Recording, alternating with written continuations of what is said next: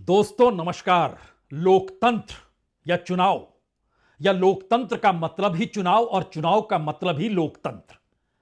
क्योंकि लोकतंत्र की ताकत तो उस चुनाव में बसती है जिस चुनाव में लोग अपने नुमाइंदे को चुनकर लोकतंत्र के मंदिर पार्लियामेंट में भेजते हैं या फिर राज्यों में विधानसभा में भेजते हैं, जहां से इस देश के कानून बनते चले जाते हैं और फिर यह महसूस होता है इस देश में लोकतंत्र जिंदा है।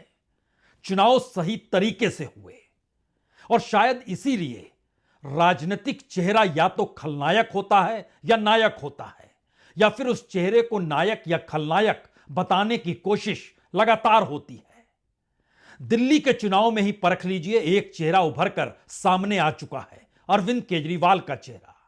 किसी के लिए वो नायक हैं, कोई उसे खलनायक करार देने से चूक नहीं रहा है। और इस नायक खलनायक के चेहरे के आसरे अगर उनके अपने राजनीतिक सफर को आप परखिएगा तो हो सकता है मौजूदा वक्त में आपके भीतर यह भी सवाल उठकर खड़ा हो जाए, क्या वाकई यही सफर है? क्योंकि सफर की शुरुआत तो आंदोलन से होती है, जब महात्मा गांधी की तस्वीर मंच पर चस्पा हो। उसके बाद भगत सिंह की तस्वीर उभरकर सामने आती है, जो एक क्रांतिकारी बदलाव की दिशा में आह्वान करती है। और फिर उसके बाद बाबा साहब अंबेडकर की तस्वीर सरकारी दफ्तरों में चस्पा इस तर्ज पर की जाती है जहां पर यह वोट बैंक के तर्ज पर देखा जाए। और बात निकलते निकलते 2025 के चुनाव में सनातन सेवा समिति तक आ जाती है, जहां पर इस देश के तमाम मंदिरों के पुजारी हों, ग्रंथी हों, धर्माचार्य हों, सभी के लिए एक रास्ता आम आदमी पार्टी खोल देती है। और यह चुनाव धीरे धीरे अरविंद केजरीवाल के इर्द गिर्द सिमटने लगता है। लेकिन यह चुनाव, यह आंदोलन की शुरुआत हमें लगता है आज हर क्षण को परख लीजिए। क्योंकि एक चेहरा 2014 में नरेंद्र मोदी का भी था। वो चेहरा गुजरात से निकला था। उस चेहरे के पीछे उस दौर में गुजरात के दंगों का जिक्र था, वाइब्रेंट गुजरात का जिक्र था, इस बात का जिक्र था कि आरएसएस उनके पीछे क्यों खड़ी है। और इन्हीं परिस्थितियों के आसरे 2014 में जब वो चुनाव जीत रहे थे या उस दिशा में बढ़ रहे थे, तो फिर करप्शन सबसे बड़ा मुद्दा था। अरविंद केजरीवाल का भी मुद्दा करप्शन से ही जुड़ा था। सत्ता में कांग्रेस थी और करप्शन का मुद्दा कहां से निकल कर आया? उस वक्त के सीएजी विनोद राय को आप याद कीजिए और फिर सोचिए कि अगर विनोद राय ने उस दौर में 2G स्पेक्ट्रम का जो पूरा स्कैम था, अगर उसको ना उभारा होता, अगर कोयला गेट, कोल स्कैम जो था, अगर उसका जिक्र ना किया होता, क्योंकि इन दोनों को लेकर उन्होंने इस देश में राजस्व का घाटा तकरीबन 1,70,000 करोड़ और दूसरे में 1,76,000 करोड़ का जिक्र किया था। और बाद में उन्होंने सार्वजनिक तौर पर कहा कि दरअसल वो पूरा एक परसेप्शन था, यानी जो कहा गया इतने राजस्व का घाटा होगा वो गलत था। यानी एक व्यक्ति नौकरशाही के शीर्ष पर बैठकर इस देश के भीतर जिन मुद्दों को अपनी कुर्सी के जरिए और कलम के जरिए उभार देता है, राजनीति उसे लपक लेती है। यह बात तो किसी को भी समझ में आ सकती है। लेकिन राजनीति ही अगर उस कुर्सी को खाद पानी देने लग जाए तो इसके मतलब बहुत साफ है कि आने वाले वक्त में इस देश के भीतर में अब राजनीतिक सत्ता यह सोचने लगी है कि जब कुर्सियों पर बैठे हुए चेहरे राजनीतिक चेहरे हो नहीं सकते हैं और इस देश के भीतर का लोकतंत्र राजनीतिक चेहरों के आसरे जीता और मरता है, तो फिर वो कल्प्रिट होंगे या नहीं होंगे, वो खलनायक होंगे या नहीं होंगे, इसकी सुनवाई तो कभी नहीं होगी। शायद इसीलिए इस देश के भीतर विनोद राय की जो शुरुआत थी, उसने इस देश में अन्ना आंदोलन को जन्म दिया। उनके फैसले या उनके परसेप्शन ने बीजेपी को सत्ता तक पहुंचा दिया। उस दौर में पार्लियामेंट चल नहीं रही थी और उस परिस्थिति से जब आप आगे निकलकर मौजूदा वक्त में खड़े होंगे तो हो सकता है कई चेहरे आपके जहन में इस दौर में आ जाएं और आप वाकई सोचने लगें कि अच्छा, इनका जो योगदान होना चाहिए, जिन पदों पर ये बैठे रहे, उन पदों से जो फैसले निकले, जहां जहां जिस जिस कानून के तहत इनके हस्ताक्षर हुए, असल कल्प्रिट तो यही है। लेकिन राजनीति ने उसे लपक लिया या राजनीति ने उन्हें ही सामने लाकर खड़ा कर दिया। मसलन आपके जहन में चीफ जस्टिस रंजन गोगोई का नाम आ सकता है। जैसे ही वो पार्लियामेंट में पहुंचे रिटायरमेंट के बाद, एक के बाद एक उनके फैसलों पर हर किसी की नजर जाने लगी। हर कोई ये सोचने लगा क्या वाकई उनके द्वारा दिए गए फैसले राजनीतिक सत्ता के अनुकूल थे, क्योंकि उस दौर में उनके खिलाफ जो सेक्स स्कैंडल का मामला था, क्या उसको सत्ता बार्गेनिंग की ताकत मानकर काम कर रही थी? और उस दौर में जो फैसले थे वो सत्तानुकूल थे। लेकिन सुप्रीम कोर्ट की एक साख है, साख ही नहीं है, सही मायने में इस देश के भीतर न्याय का एक आखिरी दरवाजा है। और चीफ जस्टिस ऑफ इंडिया, कोई सोच नहीं सकता था इससे पहले कि इस देश में जो फैसले हो रहे हैं वो फैसले चीफ जस्टिस ऑफ इंडिया की तरफ से निकलकर सत्ता के अनुकूल हो जाए। कोई नहीं सोच सकता था। या फिर आपके जहन में हाल में रिटायर हुए चीफ जस्टिस डीवाई चंद्रचूड़ भी याद आ सकते हैं। उनके द्वारा दिए गए फैसले आप सोच सकते हैं क्या वाकई वो सत्ता के अनुकूल इस तर्ज पर थे, जहां पर कोई रास्ता न्याय के लिए निकले ही नहीं। हमने शुरुआत में दिल्ली चुनाव का जिक्र किया। एक क्षण के लिए सोचिए, चंद्रचूड़ की अदालत में ही दिल्ली के मुख्यमंत्री को कितनी ताकत मिलनी चाहिए और जनता ने उन्हें चुना है, तो फिर सब कुछ तो उन्हीं के पास होना चाहिए। तो फिर एलजी के पास सारी ताकत क्यों है? फैसला देते वक्त कलम नहीं डिगी और उसमें लिखा गया कि सारी ताकत दिल्ली के मुख्यमंत्री के पास होगी, लेकिन एक लाइन खींची गई जिसमें इस बात का जिक्र था कि अगर संसद चाहे तो वो जिसे चाहे उसे ताकत दे सकती है। और संसद ने मोहर लगा दी कि एलजी के पास दिल्ली की पूरी ताकत होगी, पूरी सत्ता उन्हीं के इशारे पर चलेगी। अब आप यहां पर एक सवाल कर सकते हैं, तो दिल्ली में चुनाव क्यों हो रहे हैं? इस चुनाव का मतलब क्या है जब चुनी हुई सरकार के हाथ में कुछ भी नहीं है? बिजली पानी देने का काम तो म्युनिसिपल कॉरपोरेशन कर सकता है। इसके लिए इतना बड़ा चुनाव और उस चुनाव में प्रधानमंत्री का कूद जाना, मुख्यमंत्री अरविंद केजरीवाल जो इससे पहले थे वह भी कूद गए। यानी राजनीतिक तौर पर दिल्ली का वह चुनाव सबसे बड़ा हो गया जिस चुनाव के भीतर मुख्यमंत्री के पास कोई ताकत ही नहीं है। लेकिन राजनीतिक चेहरा अरविंद केजरीवाल है, राजनीतिक चेहरा एलजी नहीं है। राजनीतिक चेहरा किसी भी नौकरशाही के जरिए दिया गया कोई फैसला या उस नौकरशाही का चेहरा नहीं है। अब बहुत दूर नहीं जाइए, याद कीजिए उससे पहले एक बार फिर लौट चलिए जब आंदोलन की शुरुआत अरविंद केजरीवाल ने की थी, या फिर प्रधानमंत्री नरेंद्र मोदी प्रधानमंत्री बने थे, निर्भया कांड हुआ था। निर्भया कांड के वक्त बड़ी तादाद में लोग रायसीना हिल्स पर नजर आए थे। लग ऐसा रहा था जैसे इतने सारे लोगों का हुजूम पता नहीं राष्ट्रपति भवन में ना घुस जाए। उस वक्त होम सेक्रेटरी कौन थे? आरके सिंह थे। वही आरके सिंह जो बाद में मोदी कैबिनेट के हिस्सा बन गए। वही आरके सिंह जो होम मिनिस्ट्री में रहते हुए उस वक्त किन परिस्थितियों के साथ किस दिशा में काम कर रहे थे, वह उस अक्स तले भी समझा जा सकता है जब एक नाम संजय बारू का भी आ जाए। और सोचने लगे आप भी कि संजय बारू तो मनमोहन सिंह के मीडिया एडवाइजर थे। अगर उन्हें लगने लगा कि दरअसल मनमोहन सिंह सही व्यक्ति नहीं है या सही काम नहीं कर रहे हैं, तो उन्होंने इस्तीफा क्यों नहीं दे दिया? बतौर मीडिया एडवाइजर रहते हुए जो उनका काम था कि मीडिया के साथ प्रधानमंत्री के ताल्लुकात कैसे रहें, उन्होंने एक किताब लिख डाली जिस किताब के जरिए भारत की राजनीति में एक भूचाल भी आया।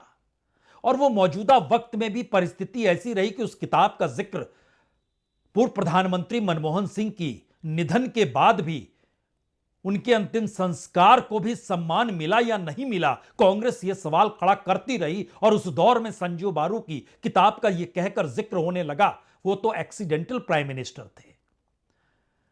इन चेहरों को लेकर क्या आपके जहन में यह भी आता है कि ईडी में पहली बार किसी डायरेक्टर को एक बार नहीं, दो बार नहीं, 3 बार एक्सटेंशन मिला? संजय कुमार मिश्रा। और उस एक्सटेंशन के दौर में उन्होंने कितने पॉलिटिशियंस के करीब रहे, बिजनेसमैन और इस देश के बड़े बड़े कॉरपोरेट से जुड़े हुए लोगों पर छापे मारे।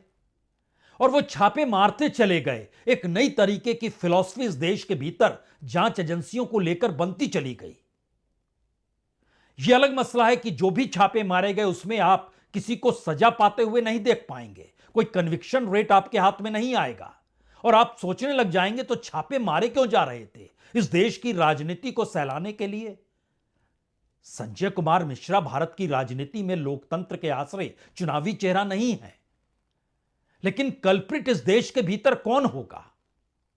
जब पूरी फहरिस्त लेकर आपके सामने एक एक नौकरशाही की निकल कर आएगी धीरेन्द्र अस्थाना साहब, जो एक वक्त सीबीआई के स्पेशल डायरेक्टर थे, एके वर्मा थे, और सीबीआई के भीतर रात के 12 बजे इस देश के NSA national security adviser Doval साहब, जो मौजूदा वक्त में भी हैं, रात के 12 बजे के बाद एक ऑपरेशन हुआ सीबीआई दफ्तर में, यानी एक स्वायत्त संस्था है, और आस्थाना जी के खिलाफ वर्मा साहब जो सीबीआई डायरेक्टर थे, उन्होंने बड़े ही गंभीर आरोप करप्शन के लगाए थे। लेकिन बात अटक गई क्योंकि पीएमओ की सोच कुछ और थी और पीएमओ आस्थाना के साथ खड़े थे। इस परिस्थिति के भीतर आप किसे कल्प्रिट मानेंगे? और ये कल्प्रिट की परिस्थितियां अगर सिमटते सिमटते आपसे यह कहा जाए कि इस देश में मौजूदा वक्त में chief election commissioner Rajiv Kumar, यानी वोटिंग प्रोसेस को लेकर इस देश की तमाम पॉलिटिकल पार्टीज को आपत्ति है, लेकिन राजीव कुमार जी के पास कई मायनों में कई शायरी है और वो शायराना अंदाज में इस देश के लोकतंत्र को धता बताते हुए उसी लोकतंत्र को स्थापित करते हैं जो सत्तानुकूल हो। कल्प्रिट कौन है? राजनीतिक चेहरों के आश्रय चुनाव तो लड़े जाते हैं, लेकिन क्या इन राजनीतिक चेहरों के आश्रय आप इस देश के लोकतंत्र के उन पिलर को संभाले हुए लोगों को कल्प्रिट मानेंगे या नहीं मानेंगे? या उनके आश्रय कल तक काम हो जाता था, आज उन्हीं के आश्रय पूरी राजनीति को चलाने की कोशिश हो रही है और भारत के भीतर एक व्यापक तरीके से सिविलाइजेशन चेंज आ गया है? क्योंकि भारत की अपनी सांस्कृतिक जड़ों को जब आप देखेंगे, राजनीतिक परिस्थितियों को देखेंगे, तो यहां रिलीजन या भाषा, धर्म या भाषा के आधार पर कभी आपको विभाजन दिखाई नहीं दिया होगा, लेकिन पहली बार वो सारी परिस्थिति सामने खड़ी है। इस देश के माइनॉरिटीज को लेकर सवाल सामने खड़े हैं, इस देश के दलित आदिवासियों को लेकर सवाल सामने खड़े हैं, इस देश में पिछड़ों के हकों के सवाल जिस तर्ज पर रखे जा रहे हैं, वो तमाम परिस्थितियों में इस देश में शायद अंग्रेजों के दौर की असमानता को भी पार कर चुकी असमानता में भी तस्वीरें चस्पा की जाती है इस देश के नेताओं की, और टटोला जाता है उसी आश्रय कि आखिर की हकीकत क्या है। उसके पीछे बैठे हुए चाहे इस देश के भीतर आरबीआई के गवर्नर ही क्यों ना हो, इस देश में फाइनेंस सेक्रेटरी ही क्यों ना हो, कैबिनेट सेक्रेटरी क्यों ना हो, होम सेक्रेटरी क्यों ना हो, यानी इस देश के भीतर में जिन्हें जो काम करना है उस काम से हटकर अगर राजनीतिक तौर पर चेहरे ही राजनीति के केंद्र में होंगे, तो फिर आप कल्पना नहीं कर सकते हैं जिस चेहरे ने 2013 में सत्ता में आने से पहले दिल्ली में आंदोलन के वक्त जिस भाषा का इस्तेमाल किया, वो भाषा 2025 में क्या कह रही है, एक बार आप सुन लीजिए, क्योंकि यह आज ही कहा गया। देखिए, जो कुछ भी करता है ऊपर वाला करता है, ये तो मैं दिल से मानता हूं। ऊपर वाला ये तय करता है कि किस काम के लिए उसे किसे चुनना है, हम तो केवल निमित्त मात्र हैं। अब आप सोचिए, अरविंद केजरीवाल ऊपर वाले के भरोसे पर हैं। 2011 में जब आंदोलन की शुरुआत हुई थी, उस दौर में विनोद राय अगर सीएजी ना होते या उनके जरिए जो परसेप्शन डेवलप किया गया इस देश में करप्शन को लेकर, और उसके साथ जो जन लोकपाल का आंदोलन शुरू हुआ, और उसके दौर में ही जब प्रधानमंत्री नरेंद्र मोदी बतौर प्रधानमंत्री के उम्मीदवार 0-0-0-0 भ्रष्टाचार के लगाते हुए 10 जनपद तक पहुंच गए और दामाद का जिक्र करने लग गए, तो यह सवाल हर किसी के जहन में जरूर रहा होगा कि जब ये सत्ता में आएंगे तो इस देश से भ्रष्टाचार समाप्त हो जाएगा। लेकिन जन लोकपाल कोई चीज भी बची है क्या आज? वह तो इस देश के चीफ जस्टिस और उसके बाद वहां से परिस्थितियां करप्शन की ही गायब हो गई। इस देश के भीतर में ब्लैक मनी और बाकी परिस्थितियां कैसे गायब हो गई? क्योंकि 2014 में जिक्र डेवलपमेंट का था, जो 2024 आते आते अयोध्या में राम मंदिर और इस देश की सांस्कृतिक जड़ों को टटोलने में लग गया। एक ऐसी परिस्थिति जिसमें यह कहा जा सकता है कि पॉलिटिशियंस के जो चेहरे होते हैं, क्या वो देश को गढ़ भी सकते हैं? एक चेहरा आपने देख लिया जो ऊपर वालों के भरोसे है। क्या आप कह सकते हैं कि पार्लियामेंट के भीतर जो तमाम सांसद भाषणों में जिक्र करते हैं, उनमें से कोई चेहरा आपको वाकई नजर आता है जो इस देश को गढ़ सके? क्या ममता बनर्जी देश को गढ़ सकती हैं? शरद पवार गढ़ सकते हैं? उद्धव ठाकरे गढ़ सकते हैं? अखिलेश यादव गढ़ सकते हैं? तेजस्वी यादव गढ़ सकते हैं? वो तो खैर मनाइए कि राहुल गांधी ने देश की भारत जोड़ो यात्रा कर ली, जिसका असर चुनाव पर पड़ गया और लोकसभा चुनाव में 400 पार के आंकड़े को बीजेपी कर नहीं पाई जो पार करने की सोच रही थी। वो एक असर नजर आया इस देश के भीतर, क्योंकि एक जागृति पैदा हुई। लेकिन क्या यह भी सोचा जा सकता है कि विधूड़ी सड़ी का शख्स नेहरू गांधी खानदान की किसी बेटी को जिस तर्ज पर निशाने पर ले, वो सिवाय इसके कि वो जानते हैं कि दरअसल ये निशाने पर लेने के बाद इस देश के भीतर छवि के खिलवाड़ कैसे होता है, राजनीतिक तौर पर यही महत्व में बना दिया जाएगा। और यही हो गया। यानी जिस राजनीति के आश्रय इस देश के भीतर जड़ों पर ही तेजाब डालने की कोशिश की जा रही है, उसमें एक सवाल कोई भी कर सकता है, क्या धीरे धीरे इस देश के भीतर ऐसे ही लोग बचेंगे जो इन पदों पर शामिल होंगे और उसके बाद जो देश की असल ब्यूटी थी, जो धर्मनिरपेक्षता का भाव था, सभी भाषाओं को समान थी, सबको एक साथ लेकर चलने की परंपराएं थी, वो सारी चीजें क्या धीरे धीरे खारिज हो जाएंगी? या ऐसी व्यवस्था धीरे धीरे आती चली जाएगी जिसमें आप कह सकते हैं कि एक सीमा तक तो ठीक होता है कि अनग्रेटफुल की परिस्थितियां रहे, लेकिन अनग्रेटफुल की परिस्थिति भी अगर सीमा लांघती चली जाएगी तो फिर बचेगा क्या? बाबा साहब अंबेडकर की तस्वीर दीवार पर चस्पा कर दी गई, लेकिन सवाल यह भी है, क्या किसी ने पढ़ा? जो उन्होंने पीएचडी की थी कोलंबिया यूनिवर्सिटी से या फिर लंदन स्कूल ऑफ इकोनॉमिक्स से, जिस समानता का वो जिक्र कर रहे थे, पढ़ा गया? जिस संविधान को उस आश्रय उन्होंने लिख डाला, उस आश्रय भारत की राजनीति में उनको ही मुद्दा बना दिया गया और पार्लियामेंट के भीतर उन पर जिस लिहाज से कमेंट किए गए, वो शायद अपने तरीके से इस बात को इंगित करते हैं कि खुद जो पार्लियामेंट के भीतर बैठे हुए सांसद हैं, उनकी भी तो पुरानी पीढ़ियां होंगी। जिस देश में आंदोलन आजादी का चल रहा था, संविधान लिखने की प्रक्रिया चल रही थी, इस देश के भीतर में किस तरीके से इस देश को आगे बढ़ाना और सोचना है, वो तो उनकी पीढ़ियां भी सोच रही होंगी। क्या किसी भी सांसद की पुरानी पीढ़ी में वह योगदान उस तर्ज पे नजर आएगा जो आज की तारीख में हर किसी को निशाने पर इस रूप में लेते हैं कि इस देश के भीतर कुछ भी ग्रेट ना बचे, अनग्रेटफुल की स्थितियां धीरे धीरे बढ़ती चली जाए? यानी जो एक फैब्रिक पूरी सोसाइटी के लिए काम कर रहा था, वो फैब्रिक टूटता चला जाए और फिर वो नौकरशाही हो, वो पुलिस हो, वो न्यायपालिका हो, वो मीडिया हो, हर जगह ऐसे लोगों को ही रखा जाए जो कि इस देश की सत्ता के अनुकूल, सत्ता के चेहरों के आश्रय, चुनाव और चुनाव के आश्रय लोकतंत्र को जीवित रखने और बचाने का खेल सबको समझाने लगे। यही तो परिस्थिति मौजूदा वक्त की है।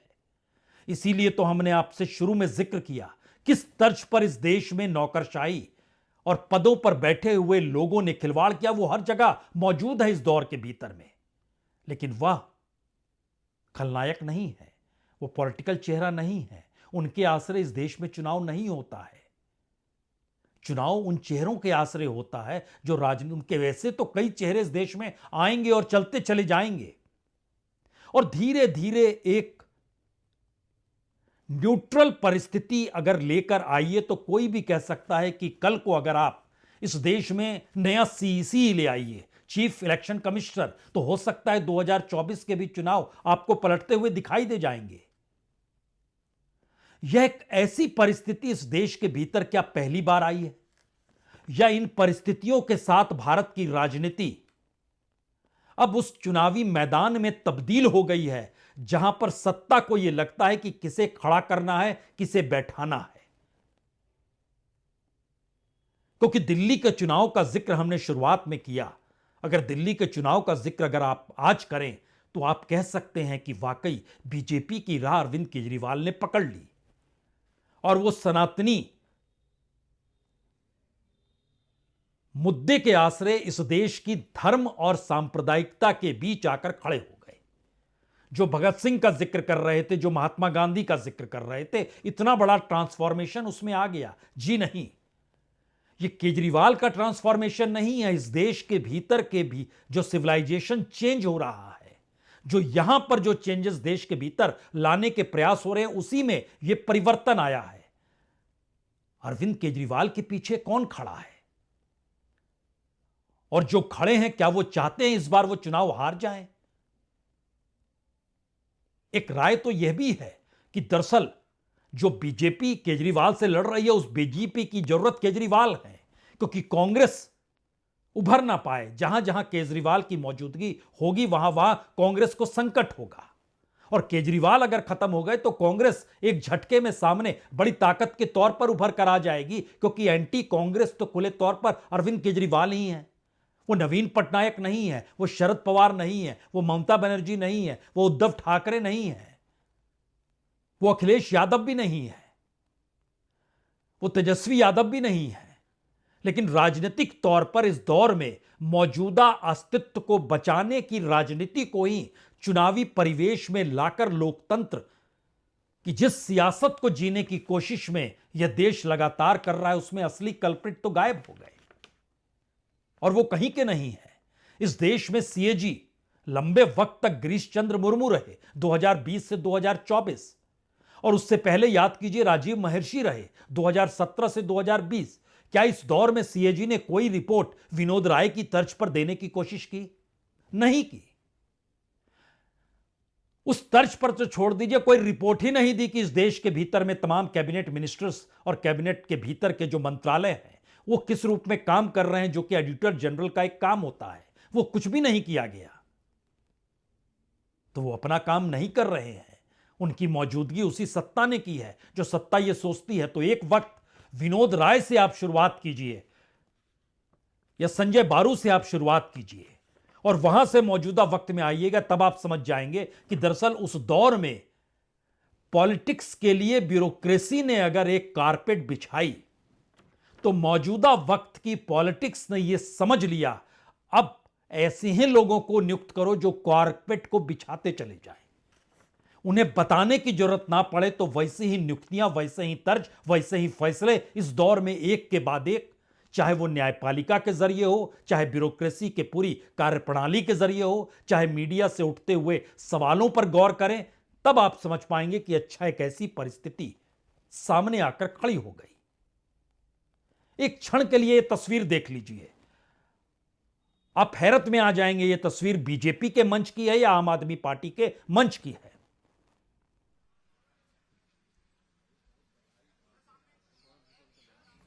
वास्तविक विचारणीय, सोचनीय और प्रशंसनीय कार्य आपने जो किया वह न भूतो न भविष्यति अभी तक किसी पार्टी ने नहीं किया है। यद्यपि मैं भाजपा के राष्ट्रीय कार्यालय का नींव रखने वाला व्यक्ति हूं, बात आई जब सनातन की तो हमने कहा कि जो सनातन धर्म के लिए काम करेगा या शरीर उसके साथ चलेगी। आप कहेंगे वोट की खातिर ही तो यह सब करना पड़ रहा है। तो आखिरी सवाल तो यही है, चुनाव दिल्ली में है, दिल्ली के मुख्यमंत्री के पास कोई पावर नहीं है, बावजूद इसके देश के प्रधानमंत्री, देश के गृह मंत्री, देश के रक्षा मंत्री, तमाम पॉलिटिकल पार्टीज के बड़े बड़े नेता और इंडिया गठबंधन जो बना था वह भी दिल्ली चुनाव को लेकर टूट गया। समाजवादी पार्टी ने कहा हम समर्थन आपको देंगे, ममता बनर्जी ने कहा हम समर्थन आपको देंगे, कांग्रेस अलग थलग पड़ती हुई दिखाई देने लगी। यानी राजनीतिक तिकड़मों के आश्रय, राजनीतिक चेहरों के आश्रय, राजनीतिक चेहरों में नायक और खलनायक खोजने के आश्रय इस देश के भीतर लोकतंत्र को जिंदा रखने की ख्वाहिश यह देश समेटे हुए है। लेकिन सच तो यह है कि असल में इस देश के सबसे बड़े जो खलनायक हैं उस दिशा से हर किसी ने आंखें मूंद ली, तो फिर वही कतार, मौजूदा वक्त में इस लोकतंत्र की परिभाषा को गढ़ने में लग गई और उसी को कानून बनाने में जुट चुकी है। बहुत बहुत शुक्रिया, बहुत बहुत शुक्रिया।